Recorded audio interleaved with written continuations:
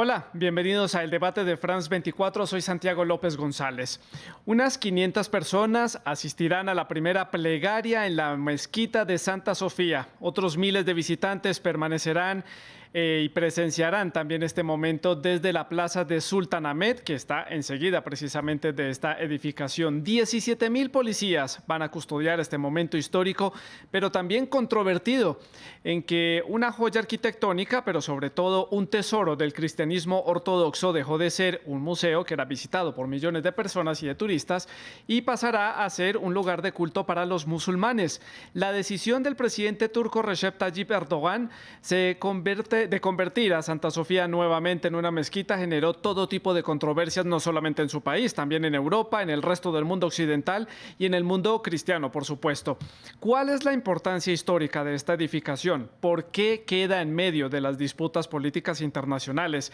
Hace parte del plan del mandatario turco de convertir a la República Turca en un país mucho más ajustado a los valores musulmanes, un país emergente, un país que quiere recuperar esa posición de influencia en la zona donde está ubicada, siendo a su vez un país bisagra entre Europa, Asia, entre cristianos y musulmanes, entre Occidente y el mundo árabe. Este plan sigue en pie.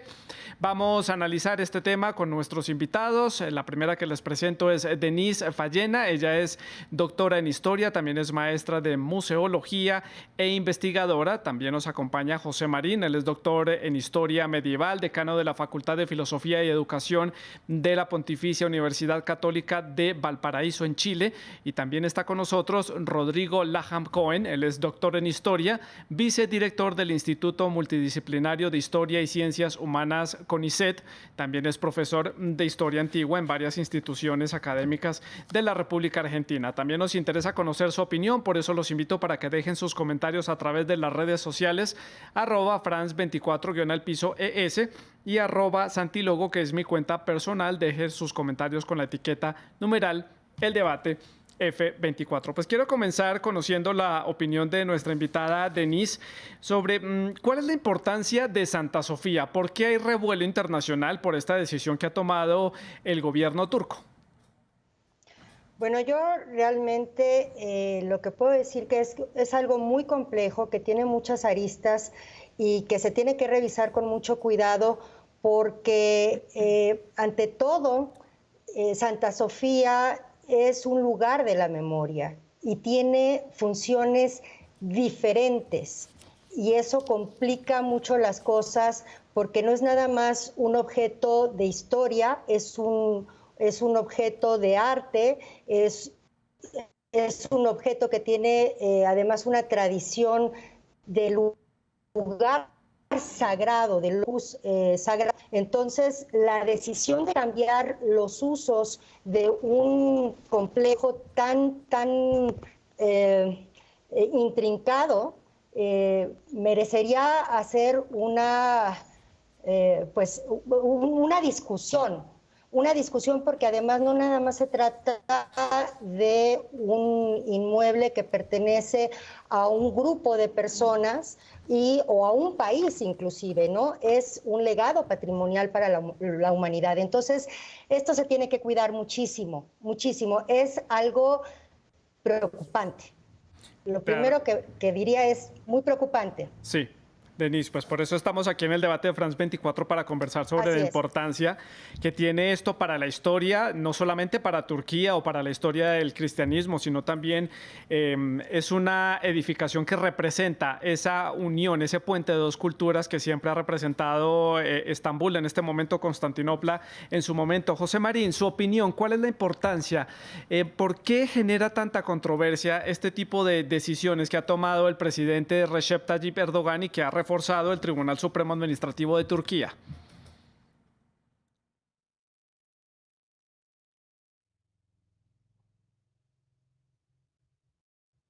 Bueno, tenemos un inconveniente técnico con nuestro invitado, entonces avanzo con el siguiente invitado, con el señor Rodrigo Laham Cohen, para que nos vaya contando su opinión, la importancia que tiene esta edificación, la Basílica de Santa Sofía, hoy en día ya Mezquita Santa Sofía para los musulmanes, un lugar de historia, como ya lo decíamos, en donde confluye la historia de las religiones, de la cultura, del choque entre Oriente y Occidente y un puente de historia entre Europa, el Medio Oriente y Asia. Señor Rodrigo Laham, gracias por estar con nosotros en France 24. Su opinión. Gracias por invitarme. Escucho algo de eco, pero creo que es verdaderamente importante lo que está sucediendo y en algún punto es una señal de alarma porque el Museo de Santa Sofía representaba el encuentro en algún punto entre culturas y un intento del nuevo Estado turco, digamos, que fue fundado o al menos reconstituido por Kemal Atatürk, de crear una atmósfera de tolerancia donde el laicismo era uno de los pilares de este nuevo Estado turco. En ese sentido, simbólicamente es algo que genera tensiones, la idea de que este museo que ponía imágenes cristianas y musulmanas en el mismo plano, ahora pase a ser una mezquita. Sin embargo, yo quisiera poner un matiz aquí y entender también que existe gran parte de la población turca que apoya esta medida, más allá de que mis valores, y diría los valores de Occidente, enaltecen el laicismo, la tolerancia. Existe una población que no comparte estas ideas y que considera que Santa Sofía, a pesar de su pasado cristiano, desde 1453 es una mezquita y que orar en ella es parte de su derecho soberano. Esto sin defender al presidente de Turquía, con el cual no comulgo por un montón de cuestiones, pero tratando de entender que su acción, su decisión es parte de cierto oportunismo político y que responde a cierto electorado turco y que no es una idea que nace de la nada. Está intentando obtener ese apoyo.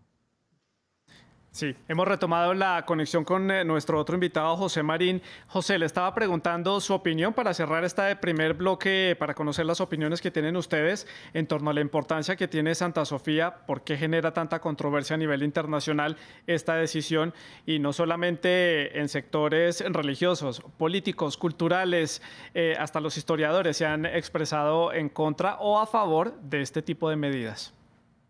Sí, efectivamente, es un tema que ha afectado a mucha gente. Desde el punto de vista, por ejemplo, de los bizantinistas, hay una serie de declaraciones de la Asociación Internacional de Estudios Bizantinos rechazando lo que se ha hecho en Turquía con Santa Sofía. De hecho, el Congreso Internacional de Estudios Bizantinos se iba a hacer en Estambul este año, se suspendió por el COVID-19 y ya se puso en duda que se vaya a realizar el próximo año en Estambul siempre. Y esto es un movimiento académico internacional.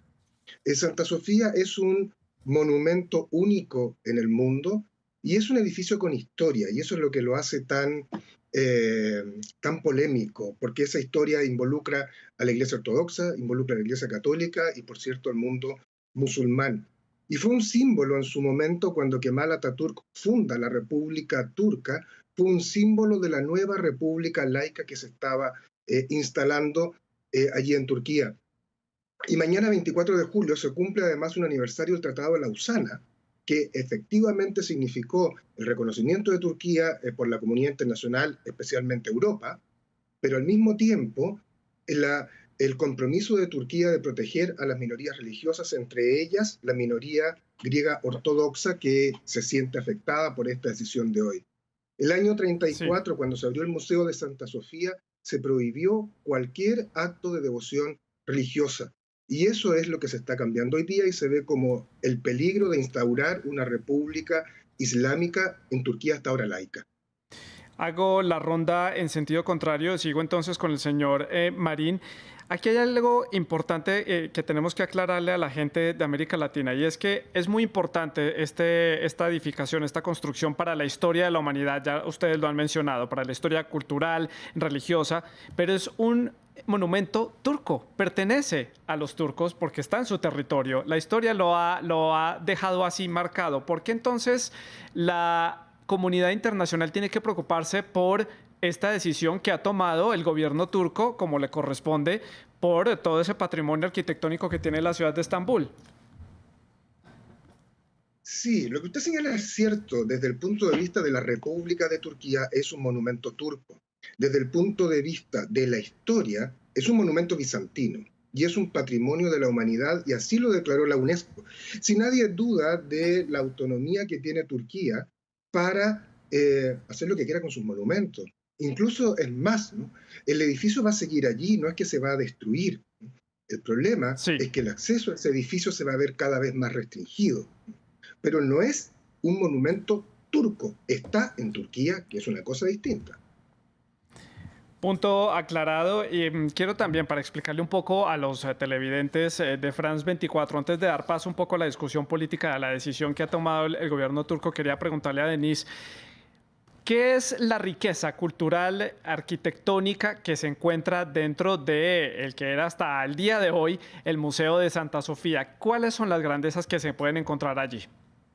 Es que ese es uno de los puntos a discusión precisamente porque estamos hablando que es un monumento, en primer lugar, su ubicación geográfica.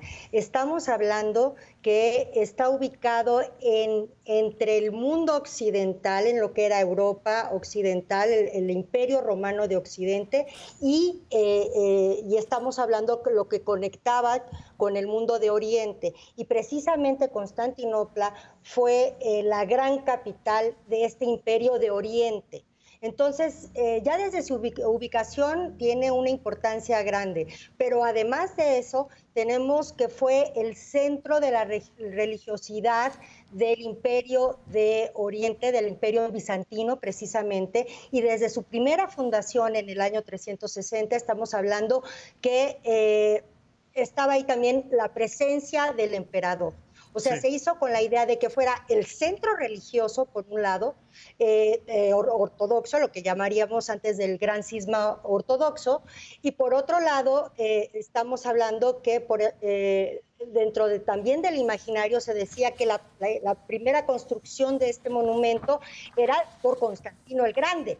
O sea, en todo era realmente la cúspide del cristianismo en el mundo en ese momento, después de la caída de Roma en Occidente, ¿no? Sí. Entonces, además tenemos varias construcciones, tenemos que las primeras construcciones, las dos construcciones se destruyeron por diferentes razones, y para la arqueología, el valor arqueológico que tiene todo el conjunto es importantísimo. Por otro lado, desde el punto de vista histórico, también estuvo relacionado con el poder del emperador, porque sí, estaban los palacios imperiales en Constantinopla, y por otro lado tenemos un nuevo edificio que hace Justiniano II, en donde se va a expresar, es una manifestación artística religiosa de primer nivel, ¿no? Porque estamos hablando de que ahí se celebraban precisamente las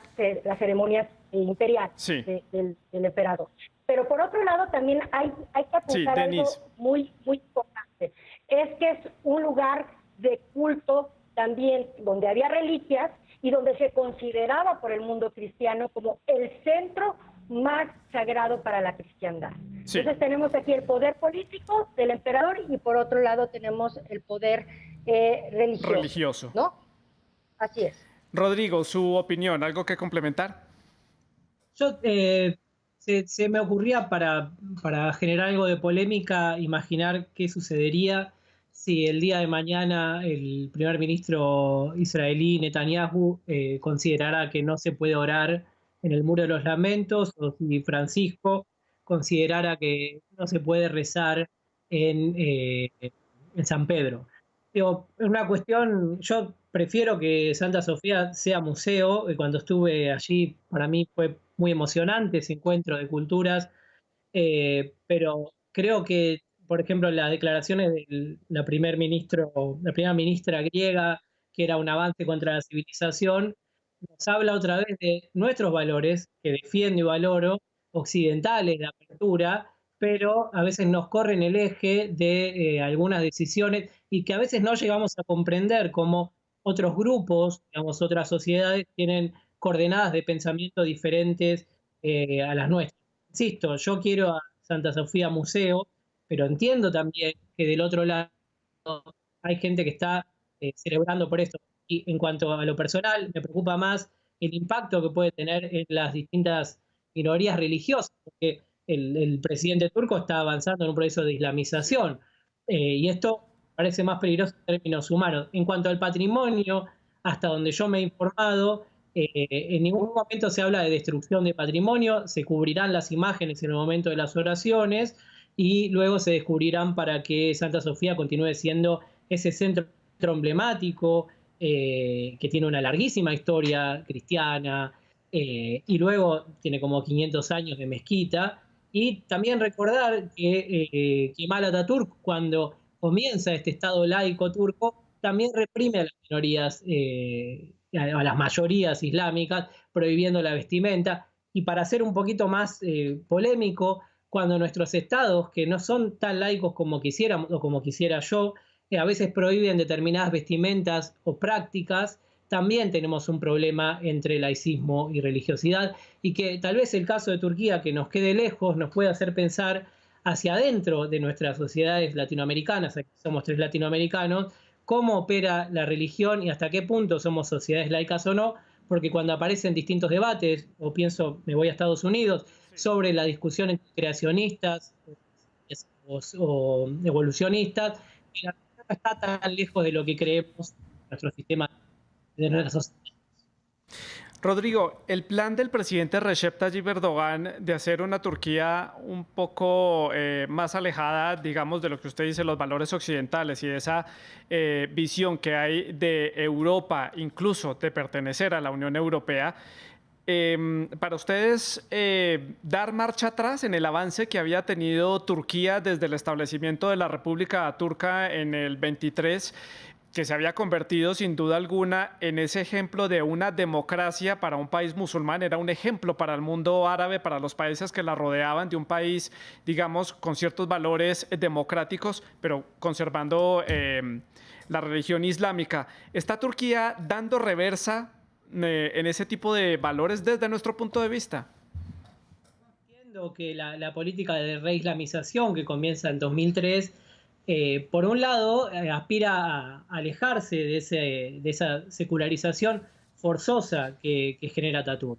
Por el otro lado, tampoco debemos perder de vista que el plan económico que impulsó Erdogan desde el principio fue muy bien visto por la Unión Europea y Turquía fue considerada un modelo por las privatizaciones y el espacio que le dio al mercado, y que luego con la complicación de la economía turca, y ahí es donde también Erdogan está intentando recuperar votos, pues tiene una economía destruida, Sí. bueno, no solo por la pandemia, estamos destruidos todos, pero volviendo a tu pregunta y para no divagar, por supuesto que este proceso de reislamización apunta a romper con lo laico de la matriz del Estado turco, o al menos a retraer esa matriz del Estado turco.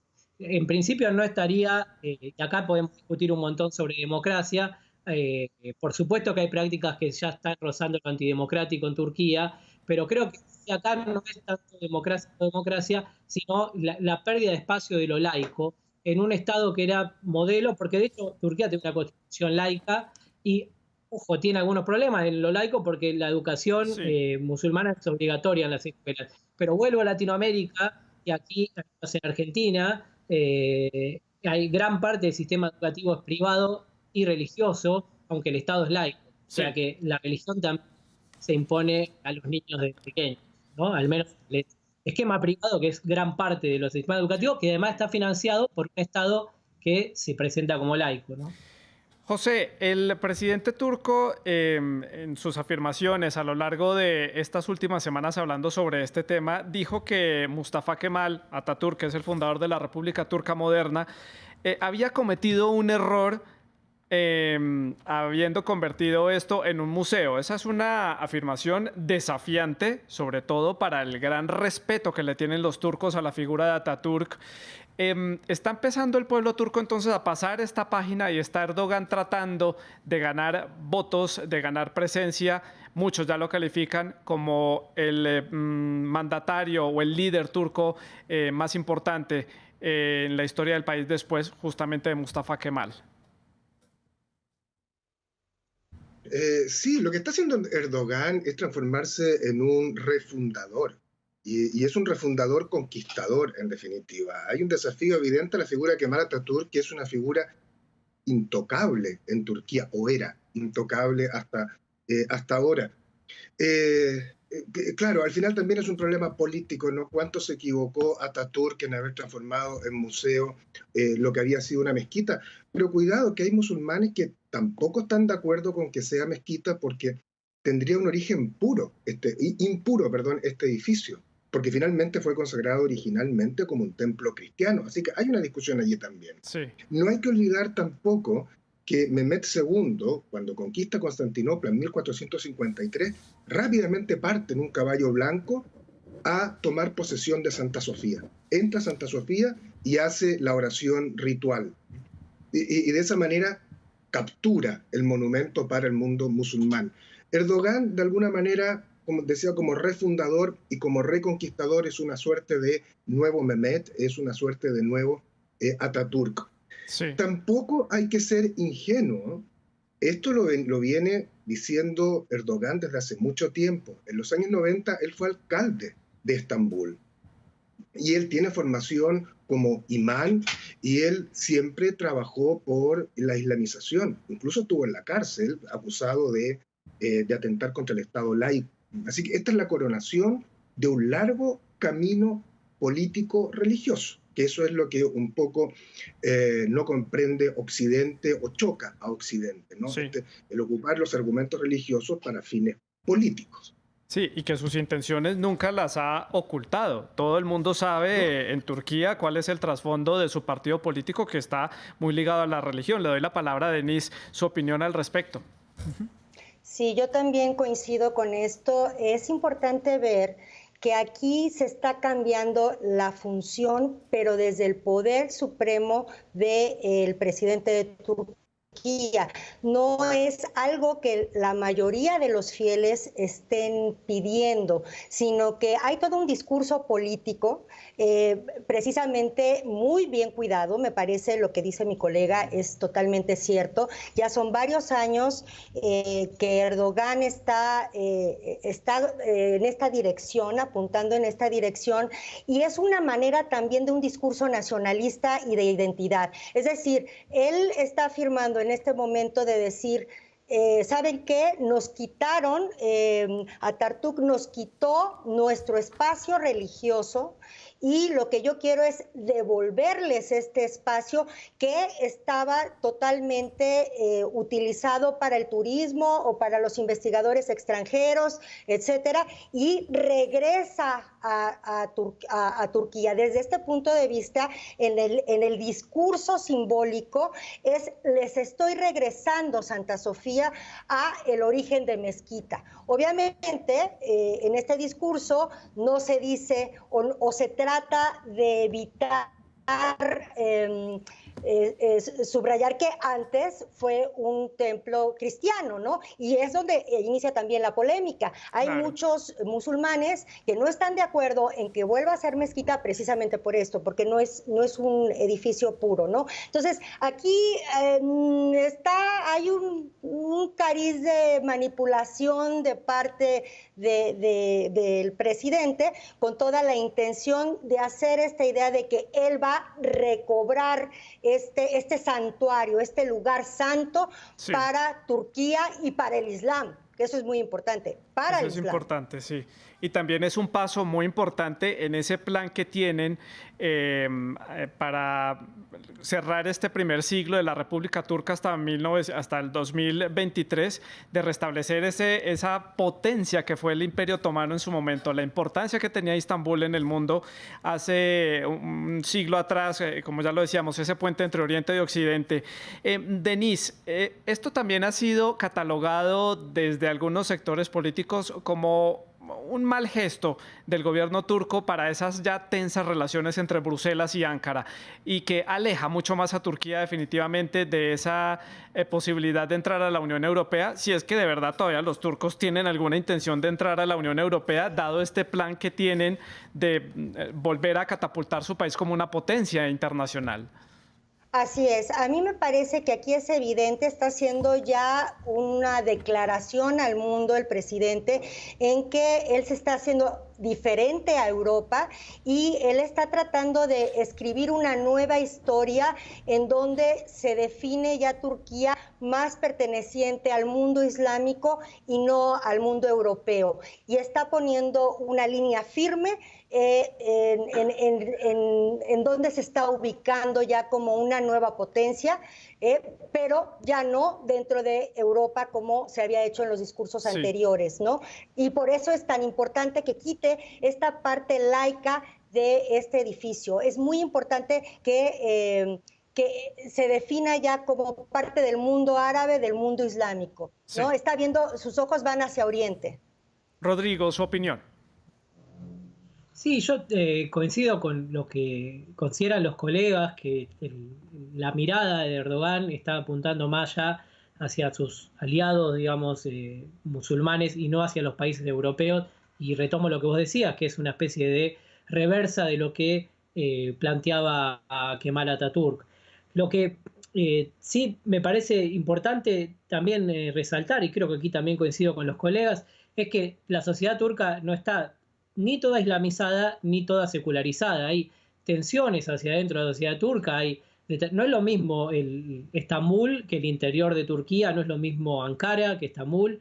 Y en este sentido, Erdogan está haciendo una apuesta a el sector más radicalizado dentro del grupo islamista, que es una parte de la sociedad, pero yo entiendo que él considera que ahí tiene una mayor posibilidad de obtener rédito político. Si él está intentando recatapultar a Turquía hacia potencia, para mí la noción de potencia es muy fuerte en el sentido de que Turquía tiene problemas económicos severos.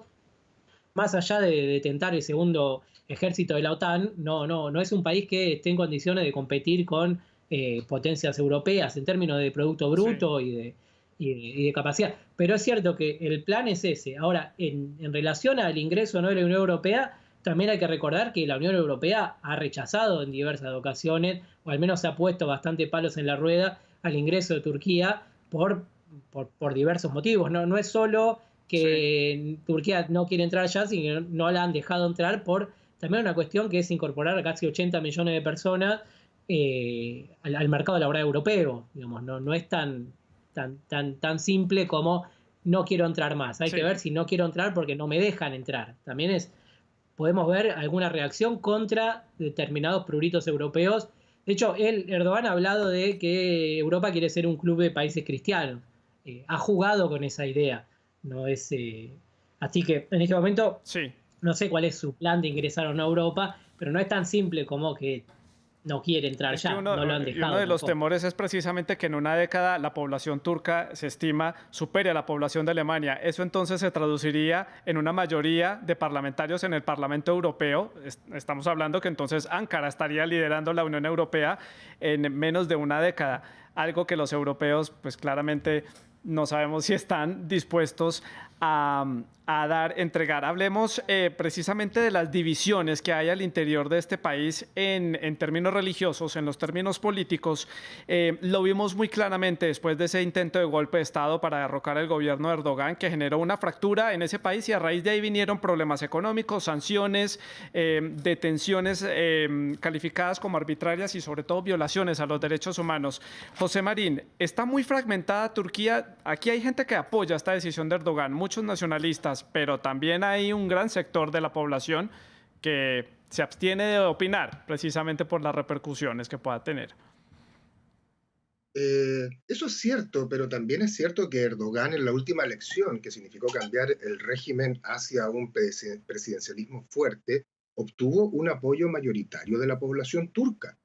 Es decir, el plan de Erdogan es apoyado por una gran parte de la población, independientemente de las divisiones que puedan existir al interior de la sociedad turca. Erdogan, lo comentaba hace un momento Rodrigo, ¿no? Erdogan flirteó con Europa, pero también le da la espalda ahora. Y eso a los turcos les viene bien porque en el fondo les habla a su identidad. Y esa identidad está hacia Oriente y no hacia Occidente. Sí. También se mencionaba, y esto también tensiona a la sociedad turca, que Turquía pertenece a la OTAN, que es una organización tan occidental y tan de la Guerra Fría. Ese también es un tema que tensiona a la sociedad turca, hacia dónde va a mirar. La Unión Europea le interesa a Turquía porque es el puente con el mundo islámico Sí. y hay un gran comercio allí. Pero finalmente, Turquía no es parte de Europa. Lo que tiene Turquía es un pedacito del territorio geográfico del continente europeo. Pero culturalmente ha ido, diríamos, derivó en algún momento a imitar Europa, pero hoy día se siente más cómoda derivando hacia el mundo islámico. Sí. Y en ese camino parece que Erdogan sí tiene apoyo dentro de Turquía. Sí. Denis, ya estoy llegando al final del programa, me toca hacer las conclusiones. 50 segundos, ¿qué va a suceder de aquí en adelante? Este es un primer paso importante para el gobierno turco. ¿Qué puede seguir de aquí en adelante? Yo lo que veo, y yo creo que no es nada más el caso de Turquía, a mí me parece que estamos viendo en diferentes países, tanto islámicos como también países en Occidente, en que empieza a haber toda esta retórica y todos estos discursos nacionalistas. Sí. Esto preocupa. Precisamente en mi primera intervención, eso es lo que me está llamando la atención, que no es nada más el caso de Turquía. Turquía ya se está definiendo, pero hay otros ejemplos en el mundo musulmán en donde se está volviendo a estos discursos nacionalistas con un tinte en donde se está combinando con lo religioso. José, rápidamente su conclusión, 20 segundos. Esto representa, como se ha dicho, un movimiento hacia el islamismo, una deriva hacia allá. En lo que respecta al templo de Santa Sofía propiamente tal, se va a ocupar para la oración. El peligro que se corre es que cada vez se restrinja más, es decir, cada vez se hagan más ceremonias musulmanas, hasta que finalmente ya no se pueda entrar a mirar los mosaicos de época bizantina. Pero el monumento va a seguir allí. El problema es cuánto se va a restringir a los visitantes conocer esta joya de la arquitectura y del arte universal. Y Rodrigo, su conclusión. Bueno, mi conclusión es que todos los fanatismos son peligrosos y atentan contra nuestros modos de vida, y que si bien Erdogan no puede ser calificado como un fanático ni liderar un movimiento fanático, no es una señal positiva el avance hacia una mezquita. Y también que no tenemos solo que enfocar el mundo islámico cuando pensamos en fanatismo, a veces los tenemos mucho más cerca, cristianos, judíos, y tenemos que, si erigimos nuestros valores de tolerancia y respeto, tenemos que tratar de alejarnos de esos fanatismos y mirar también cerca nuestro, no solo a Estambul. Pues ahí tienen ustedes las opiniones, los argumentos, las conclusiones las sacan ustedes. Gracias a mis tres invitados de hoy por haber estado con nosotros y haber compartido con nosotros. Y a ustedes gracias por su sintonía. Sigan con France 24.